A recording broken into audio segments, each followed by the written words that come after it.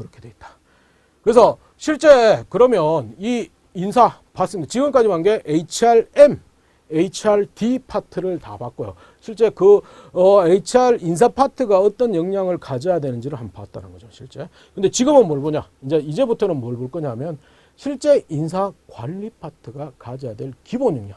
기본 역량을 그랬지만 이 인사 파트가 관리 파트를 가져야 될 의미에서 직무, 그 일을 잘할 수 있게 꼭 필요한 직무 역량이라고 이해하시면 돼요. 그래서 물론 직무 역량은 기본적인 지식, 그 다음에 거기에 대한 기술, 거기에 대한 성격이 있지만 그래도 여기는 지식은 뒷부분에서 다시 한번 얘기할 거고 기본적인 능력, 기술적인 측면, 능력적인 성향에서는 어떤 것이 좋을까를 좀 한 거예요.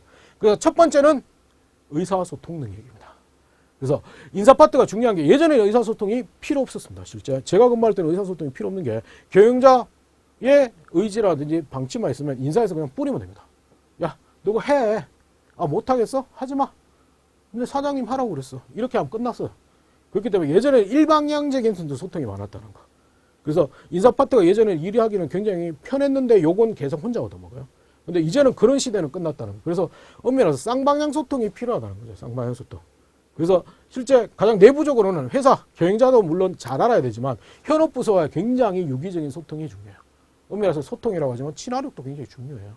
그래서 이게 굉장히 첫 번째는 굉장히 중요해요. 의사소통 능력이 굉장히 나아요.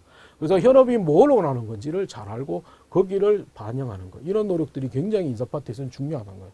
근데 그 내부적으로가 있느냐. 요즘에는 채용이 있기 때문에 채용 부분에서는 취업준비생이나 서치펌 등의 이런 다양한 취업과 연관되는 학교, 기관, 그 다음에 취업준비생 이런 소통도 굉장히 중요해졌다는 거죠. 그래서 인사 담당자가 예전에는 꽉 막혀 있는 스타일이 많았지만 이제는 좀 거기에서 벗어나야 돼요. 왜냐하면 앞으로 추구하는 방향은 의사소통에 능한 친구를 인사 파트에 뽑으려고 한다. 그래서 의사소통력을 첫 번째로 제가 얘기 드리는 거고, 두 번째는 대인관계 능력, 엄밀해서 좋습니다. 이게 중요한 게 왜? 일단은 업무 특성상 하기 위해서는 실제 하기가 좀 힘든 영역이 많아요. 그래서 뭐 비단적으로 얘기하면 들어가면 제가 처음에 들어갔을 때 이제 인사팀에 들어가서 첫 번째 업무가 뭐냐면 팀장 이상의 전화번호부를 받아가지고 다 인사해라. 그래서 상무님, 전무님한테도 전화해가지고 제가 인사 파티에 들어온 누굽니다라고 인사한 겁니다, 실제. 근데 그렇게 하는 이유가 뭐냐면 엄밀해서 업무를 수행하기 위해서는 그 사람들과 계속 인사 파트는 전화를 하고 연락을 하고 되어 있습니다. 근데 실제 신입사원이나 업무상에서는 그 사람들한테 통해서는 형식적인, 공식적인 입장밖에 못 듣는 거죠. 그래서 제가 선택한 방법은 제 동기들이 많기 때문에 제 동기들한테 살아있는 목소리, 그 부서의 현장감 있는 목소리를 듣고 싶어 한다는 거죠, 실제. 그래서 처음에 보면 인사탐에서 서류상이라든지 그 팀장, 본부장의 얘기만 들으면 반드시 3명이 있어야지 일을 하는 경우도 있는데 실제 우리 친한, 좀 친한 현업자를 물어보면 3명까지 필요 없다는 거죠. 1명은 매일 놀고 있다는 거예요. 이런 것까지 알려면 대인관계 능력이 필요해요. 왜? 의사소통은 한계가 있죠. 근데 대인관계 능력은 실제 폭넓은 업무를 이해하는 것뿐만 아니고 거기에 대한 살아있는 정보를 얻을 수 있고, 그리고 다양한 인사 파트의 업무 자체가 다양한 현업 부서들과의 소통과 그 다양한 일들을 해야 되기 때문에 거부하는 친구들을 설득하기 위해서는 그게 친화력이 우선이 된다면 굉장히 의미가 있다는 거죠. 그래서 대인관계 능력이 굉장히 의미가 있습니다. 그래서 각각의 대인관계 능력이 실제 업무상으로 필요하기 때문에 이 능력도 굉장히 의미가 있다는 거. 그러면 이 기본 역량이라고 얘기하는 거는 이런 각각의 업무가 이런 능력, 역량이 있다는 걸 내가 경험으로 증명하는 겁니다. 경험으로. 그래서 이런 각각의 이런 경험들을 통해서 이런 능력이 있다는 걸 증명해 놔야 됩니다. 세 번째는 유연한 사고 창의적 문제 능력. 그래서 예전에는 실제 보면 아까 얘기했듯이 반대를 위한 반대가 아니고 구성원의 목소리를 귀 기울이는 유연한 사고가 있습니다. 예전에는 무조건 경영자로 경영자 방침이니까 그냥 해라고 하면 되지만 이제는 그 시기는 끝나버리니까 실제 조금 더 유연하게 뭐냐면 그 친구들 입장에서 내가 어떻게 해결해줘 더 좋은 방법이 없을까. 이런 것들을 자꾸 생각하고 그 다음에 회사나 구성원들이 모두가 만족할 수 있는 대안을 찾아야 되기 때문에 그 대안을 찾으려면 좀 유연한 사고 창의적인 문제 해결 능력이 필요하다는 거. 근데 과거에는 이게 필요 없는 게 실제 보면 과거에는 다른 회사가 어떻게 했고 저희는 그룹사였기 때문에 그룹사 다른 계열사가 어떻게 했는지를 맞춰서 거기에 비유해 가지고 줬으면 됐지만 이제는 그 시기는 끝났다는 거. 각각의 그룹사더라도 계열사의 특성이 있고 자기 조직의 특성, 산업의 특성 그런 구성원들의 특성이 있기 때문에 그 특성에 맞게끔 좀 창의적으로 눈치 안 보고 다른 데에서 요 정도 하니까 우리도 요 정도가 아니고 거기를 벗어난 정도의 창의적인 이런 문제 해결 능력이 필요하다는 거. 그래서 인사 담당자가 좀 꽉 막혀 있는 스타일 아니고 들어가서 물론 꽉 막혀 있는 건 관계없지만 들어가기 위해서는 꽉 막혀 있는 스타일이 아니고 내가 유연하고 창의적으로 문제를 해결하는 능력이 있다는 걸 강조해야 된다는 걸 기억해야 된다. 그래서 이 부분도 굉장히 중요하고요. 그 다음에 리더십 부분이 있는데 리더십은 굉장히 중요한 부분인데 이게 변화 주도형 리더십과 구성의 신뢰를 얻는 세밀한 리더십이 동시에 필요하다고 얘기를 하는데 이 리더십이 조금은 애매한 부분이 있습니다. 이게 조금 애매한 부분이 HRM과 HRD가 좀 다른 접근 방식이 필요하다는 걸 제가 제시를 던져놨는데 뭐냐면 실제 업무상에서 HRM 업무는 굉장히 리더십이 강하거나 외향적인 성향을 가지고 적극적이고 활발한 성격이라면 조금 못할 수도 있다는 거. 아까 얘기했듯이 채용관리, 그 다음에 인사고과, 인사 조직관리 이런 것들 오면 와서 너무 외향적이고 적극적이고 이런 리더십이 강한 친구들이 하면 오히려 약간은 예상치 못한 일들이 생길 수도 있다는 거예요. 그래서 정말 HR 부분, M 부분에서 중요한 건 이게 보안 정신이에요. 정말 개인정보를 관리하기 때문에 외향적이다면 개인정보를 관리하면 엄밀해서 약간의 실수를 할 수 있고 이런 것들이 있기 때문에 좀 세밀하고 차분한 이미지를 가진 친구들이 HRM을 많이 선호한다는 거예요. 기업이 그렇게 선호해요. 그러다 보니까 그걸 좀 생각해요. 리더십도 HRM은 좀 애매해요. 그래서 실제 보면 여러분이 채용 설명회를 앞으로 많이 접하게 되면 실제 인사 담당자, 채용 담당자들의 성향을 보면 알아요. 그 채용 담당자들이 정말 재밌거나 외향적인 스타일이 많이 없다는 거. 대부분이 조용하고 차분하고 꼼꼼한 스타일이 많다는 거예요. 왜? 개인정보를 관리하기 때문에. 그리고 입이 좀 무거워야 돼요. 보안이 가장 중요해요. 개인정보를 절대 내가 알았던 걸 밖에다 알리면 안 되는 그 보안이 굉장히 중요하기 때문에 리더십 부분에서는 HRM 파트에서는 그렇게 강조 안 했으면 좋겠어요. 그래서 HRM 파트에서 리더십이나 외향적이고 적극적이고 이런 모습을 강조하면 오히려 독이 될 수 있다는 거예요. 다만 HRD 부분에서는 리더십이 굉장히 필요해요. 교육 기획 운영이기 때문에 거기에는 리더십도 있고 재밌고 외향적인 성향들이 당연히 해야 되는 게 더 유리하다는 거. 그렇기 때문에 이 리더십이나 외향적인 성향은 좀 생각을 해가지고 HRM 파트에서는 너무 강조는 하지 말자고. 그래서 HRM 파트에서는 좀 차분하고 분석적이고 조용하고 꼼꼼한 스타일이라는 걸 강조하는 건 좋습니다. 그래서 그런 거이기 때문에 그걸 좀 주의 깊게 봐야 되고 단 내성적이라는 표현은 어떤 직무, 어떤 회사, 어떤 데도 안 좋아해요. 그래서 그 단어는 아예 안 쓰는 겁니다. 조용한 성격, 차분한 성격으로 그냥 표현하는 것이 완곡한 표현하는 게 더 의미 있다는 것만 기억하시면 돼요. 그래서 그런 부분이 있기 때문에 그 리더십이라는 부분을 그렇게 접근했으면 좋겠습니다. 그리고 기타 보안이 굉장히 중요해요. 입이 무거워야 된다. 입이 무거워야 되는 걸 좀 기억하면 좋습니다. 실제. 물론 이건 이번 HRD 파트도 약간은 그렇지만 HRM 파트에서는 가장 중요한 겁니다. 진듯하고 조용하고 차분하고 입이 무거운 친구. 절대 안에서 안 정보를 밖에서 흘리지 않는 친구들. 그래서 극단적으로 이게 왜 그러냐면 업무 특성 때문에 그렇습니다. 실제 보면 인사고과를 하면 승진 재배치도 합니다. 그래서 제가 실제 예전에 뭐냐면 예전에 승진을 하면 12월 달에 인사고과를 끝나고 난 다음에 승진자가 결정이 나요. 그럼 승진자가 결정나면 어떻게 되냐면 그 해당 담당자나 업무 연관자 또는 거기 아래 위로 같이 근무하는 사람들은 꼭 인사 담당자한테 전화 옵니다. 전화 오는데 문제는 인사 담당자들이 그게 결정이 났더라도 누구 승진할 겁니다라고 얘기를 못하는 이유가 그 결정이 나야지만 얘기할 수 있습니다. 결정이 나지 못하는 상황에서 내가 승진합니다 이러는데 최종 발표 과정에서 바뀔 수도 있습니다. 그거는 CEO라든지 의사결정권자 인사위원회에서 바뀔 수도 있기 때문에 그런 부분이 굉장히 애매하다는 거. 그래서 보면 저도 이제 근무를 하다 보면 제 동기하고 제가 2명이 인사팀인데 동기들한테도 왕따를 당해요. 왜? 제가 아는 것을 얘기해 줄 수 없기 때문에. 근데 동기들은 제가 아는 정보를 알고 싶어 하기 때문에 항상 물어요. 근데 저희는 얘기를 못 해줘. 모른다고 얘기할 수밖에 없어요. 그럼 동기들은 항상 알면서 그런다고 그렇게 돼버린다는 거. 그래서 그런 성향까지 있어야 된다는 걸 좀 기억하면 좋겠습니다. 그리고 그 다음에 이제 인사 관리 파트, 인사 파트에서 그럼 필요한 지식은 도대체 뭘까? 좋아.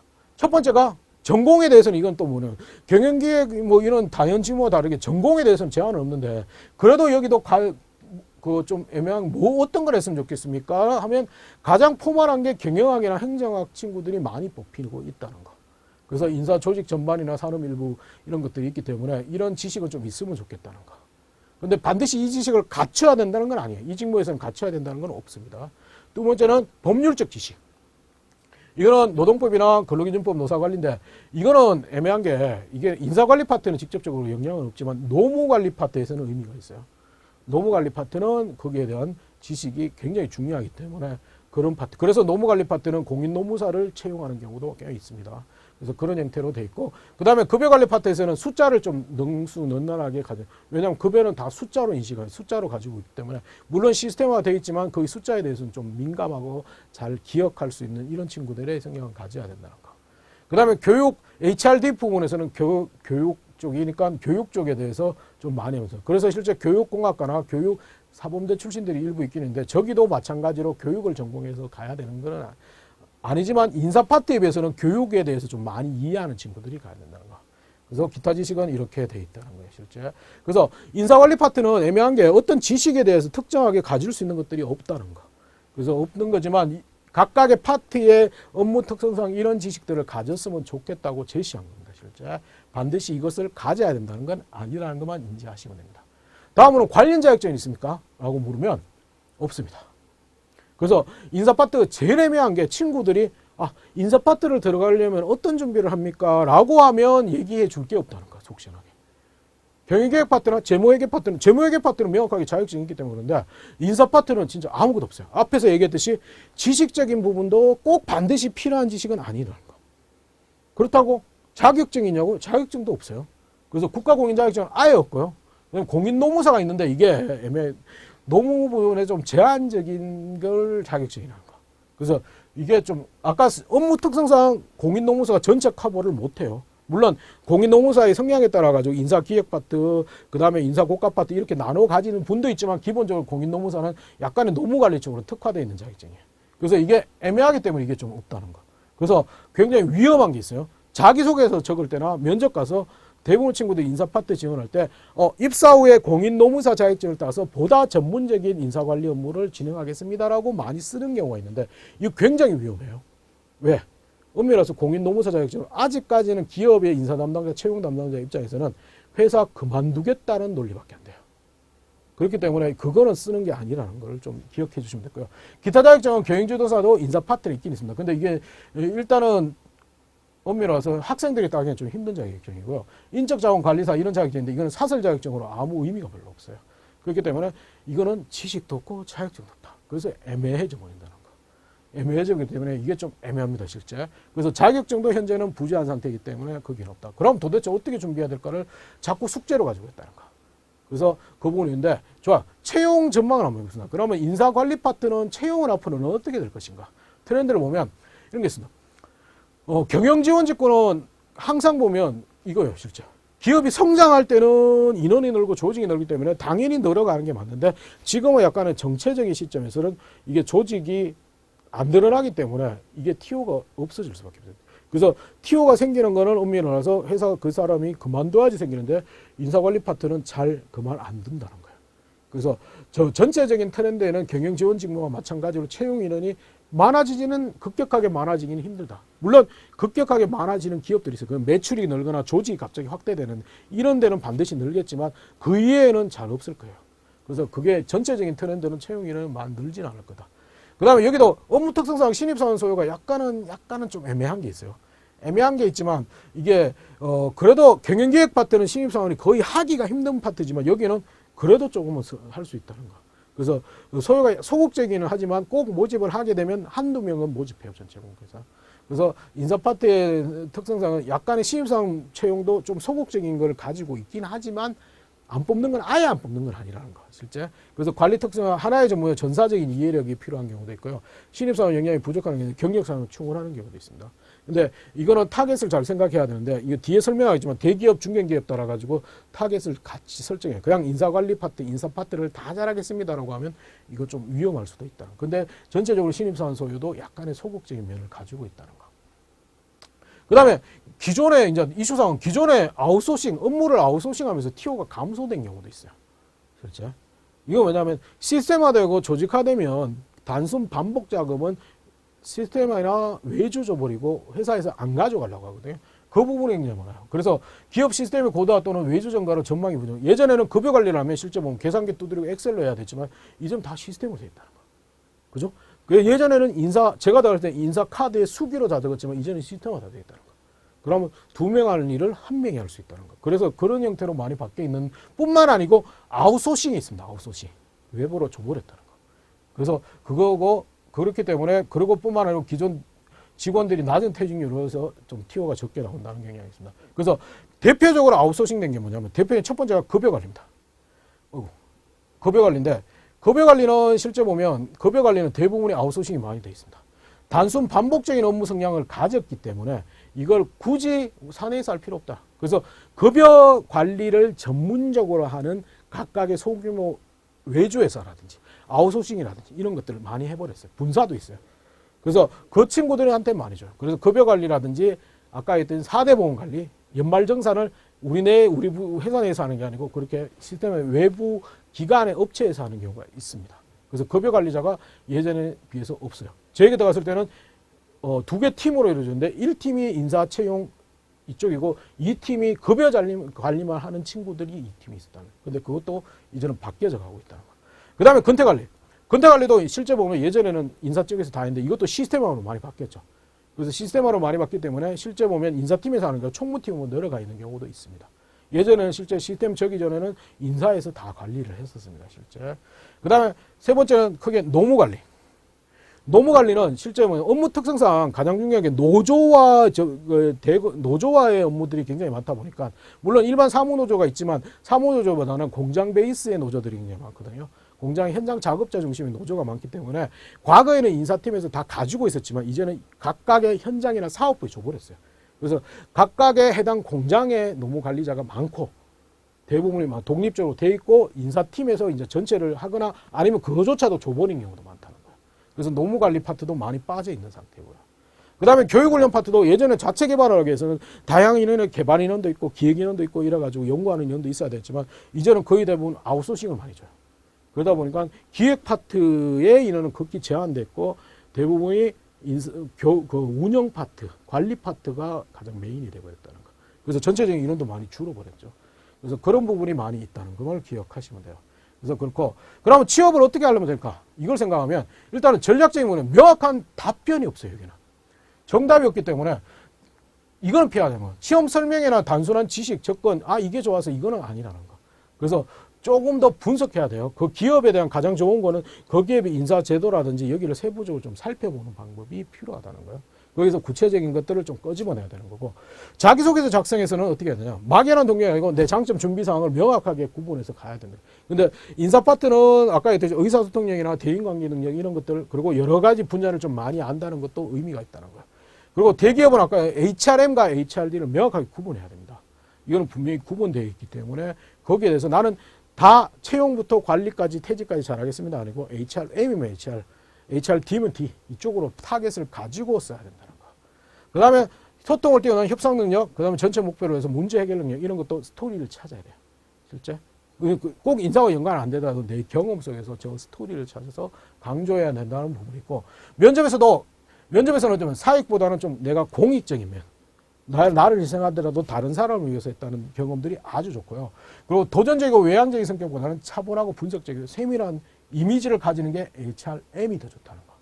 그래서 그 분야에 대해서 조금 많이 준비를 해야 되는 거니까 지원회사에 대한 사전 분석도 인사제도가 구체적으로 어떤 건지를 이건 진짜 정보가 없어요. 정보가 없지만 그걸 계속 뉴스라든지 어디를 계속 찾아보면서 해야 된다는 게 필요합니다. 그래서 예상 질문은 이런 것도 있습니다. 실제 인사 직무의 핵심 역량이 뭐냐. 그리고 스트레스를 굉장히 많이 받기 때문에 스트레스 해소법은 도대체 어떤 거냐 이런 질문들을 굉장히 많이 하고 있습니다. 실제. 그 다음에 당사에 해야 할 교육 프로그램뿐만 아니고 인사제도 이런 대안적인 것도 많이 묻고 있습니다. 그 다음에 인사기획자라면 우리 회사에 어떤 걸 바꾸고 싶습니까? 라는 부분. 그리고 전공이 다양하다 보니까 이 전공이 인사 파트에 어떻게 기여할 건지를 좀 해요. 여기는 정답은 없습니다. 정답이 없기 때문에 전공에서 세부 과목을 꺼집어내든 이론을 꺼집어내든 그게 제가 지원하는 채용 파트에서 이런 부분에서 기여할 수 있습니다를 구체적으로 좀 연결고리를 찾아야 돼요. 그러려면 인사 파트를 더 공부하는 뿐만 아니고 본인의 전공에 대해서 리뷰를 해봐야겠죠. 그 연결고리 왜? 직무 중심이기 때문에. 이제는 우리 회사에서 일 잘할 수 있는 친구를 뽑기 때문에 그걸 세밀하게 좀 찾아야 된다는 걸 기억하시면 되고요. 그 다음에 이제 다양한 경험, 교육적인 채용 프로세스를 바꾸려면 어떤 건지도 좀 생각을 해봐야 된다. 그래서 인사 파트도 물론 이 질문들은 인사 파트에 특화된 질문이에요. 기본적인 공통 질문 위에 이런 질문들이 있다는 것만 기억하시면 됩니다. 그 다음에 기타 사항은 기업 규모나 업무 형태에 따라서 좀 다르다는 거예요. 대기업은 HRM, HRD가 명확하게 독립되어 있고 팀이 나눠져 있고 사업부로 나눠져 있는 경우도 있어요. 그렇기 때문에 대기업은 HRM, HRD가 명확하게 구분되어 있기 때문에 그걸 타겟을 둘 중에 하나를 선택해서 가야 된다는 거예요. 물론 매트리스 조직이나 사업부 조직이기 때문에 이거는 별도 있는 게 뭐냐면 삼성전자의 경우는 본사의 인사팀이 있고 구미공장의 인사팀이 있고 각각의 인사팀이 따로 있습니다. 그래서 그런 그 형태로 되어 있기도 하다는 걸 기억해야 된다는 거. 그 다음에 중견기업은 HRM, HRD를 나눠 있는 게 아니에요. 그냥 인사팀이라고 해가지고 HRM 업무를 한 70%하고 HRD 업무를 한 30% 정도. 이거는 비율은 정해져 있는 건 아니에요. 근데 비중은 HRM을 많이 한다는 것만 기억하면 되고요. 그 다음에 중소기업으로 가면 관리팀, 총무팀으로 그냥 총합되어 있어요. 인사라는 표현이 없는 경우가 있습니다.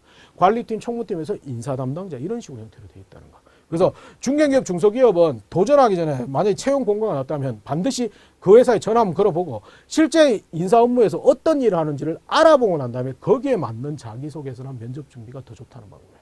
그래서 단순히 그냥 막연히 써놓고 가는 게 아니고 물어보라는 거죠. 질문해보고 하는 거. 그리고 전공제한이 별로 없지만 기업이나 산업 특성상 이공계 전공이 필요할 경우도 있어요. 왜? 건설회사 인사팀은 건설 전공한 친구 필요하고 삼성전자의 인사팀은 반은 이공계 친구들이라는 거. 그래서 그런 부분이 있어요. 그래서 내가 정말 전공은 기계를 했는데 내가 인사를 가고 싶다면 기계를 만드는 회사의 인사팀을 도전하는 것도 좋은 방법이 된다는 거. 그게 오히려 더 유리할 수 있는 방법이 된다는 거. 막연히 다른 회사에 무턱대고 인사팀을 선택하는 것보다 그런 방식이 의미가 있다는 겁니다, 실제. 그 다음에 이거 인사팀은 CEO나 사용자 입장에서 철저하게 갑니다. 그렇기 때문에 노조 관련 질문하면 다른 영역과 다르게 사용자나 이게 중요하기 때문에 노조를 약간 부정적으로 얘기하는 뉘앙스가 오히려 인사 쪽에 맞다는 거예요. 그리고 인사 파트가 정보가 없기 때문에 그래도 참고할 수 있는 데가 있습니다. 네이버 카페에 보면 인사쟁이, 인사총무 전문가 모임이라든지 HRD 모임, 그 다음에 OP 교육직이라는 사이트도 있습니다. 이런 데서 들어가가지고 이런 데 들어가면 실제 인사 담당자, 인사에서 교육에서 쓰는 용어도 배울 수 있고요. 거기에 실제 보면 각 지역별로 정보도 있습니다. 인사팀 정보가 있기 때문에 그럴 때 학생이 가도 됩니까? 이런 얘기 하지 말고 무조건 가보시면 돼요. 가보시면 실제 다양한 정보, 살아있는 정보, 그리고 거기에 대한 진짜 고급 정보까지 많이 알 수 있기 때문에 좀 발로 뛰는 노력도 의미는 필요합니다, 실제. 그래서 그런 부분을 좀 가지고. 그래서 인사 파트는 엄밀히 말해서 굉장히 감정을 드러내면 안 되는 부서입니다. 자기만의 얼굴, 자기만의 그 표정을 숨겨야 되는 부서이기 때문에 굉장히 스트레스를 많이 받는 부서라고 일단 인지를 하시면 되고요. 그 다음에 중요한 거는 실제 보면 인사 파트는 이거는 뭐냐면 좀 다른 얘기인데 우리가 흔히 고길동씨를 백수로 알고 있지만 스토리보드에 가면 이 아저씨는 백수가 아니고요. 실제 보면 50억 이상의 재력가입니다. 왜? 둘리가 한강변에서 깨트리면서 들어간 집이 이 아저씨면 한강변의 단독주택이라는 거예요. 실제. 그래서 그걸 뭐냐면 인사 파트는 항상 보면 다른 사람 입장, 종업원 입장, 그 다음에 취준생 입장에서 자꾸 생각하는 노력이 필요해요. 근데 너무 과거처럼 권위주의적인 모습이 아니고 이제는 다른 사람의 입장에서 보고 다른 사람의 입장에서 느끼고 다른 사람의 입장에서 생각해야 되는 게 인사 파트의 가장 중요한 거예요. 그리고 그게 가장 핵심적으로 앞으로 뽑을 인사 담당자이기 때문에 너무 내 혼자 잘한다는 논리보다는 다른 사람 입장에서 배려나 양보, 그다음에 의사소통 이런 것들을 했던 대인관계를 했던 이런 경험들을 조금 더 친화력 있게 쓰는 것들이 오히려 좋은 전략이 될 것 같아요. 그래서 인사 파트는 굉장히 여러분들이 많이 선호하는 부서는 맞습니다. 근데 이게 굉장히 많이 선호한 만큼 굉장히 화려한 부서는 아니라는 거예요. 인사 파트는 가장 숨어있는 부서고 가장 욕을 많이 먹어야 되는 부서이기 때문에 그걸 감수할 수 있는 것들을 좀 생각하면서 좀 크게 볼 수 있는 공익적인 조직을 위해서 내가 희생할 수 있다는 그런 논리로 접근하는 것이 오히려 좋은 전략이 될 것 같습니다. 이상 인사 파트에 대해서 마치겠습니다. 감사합니다.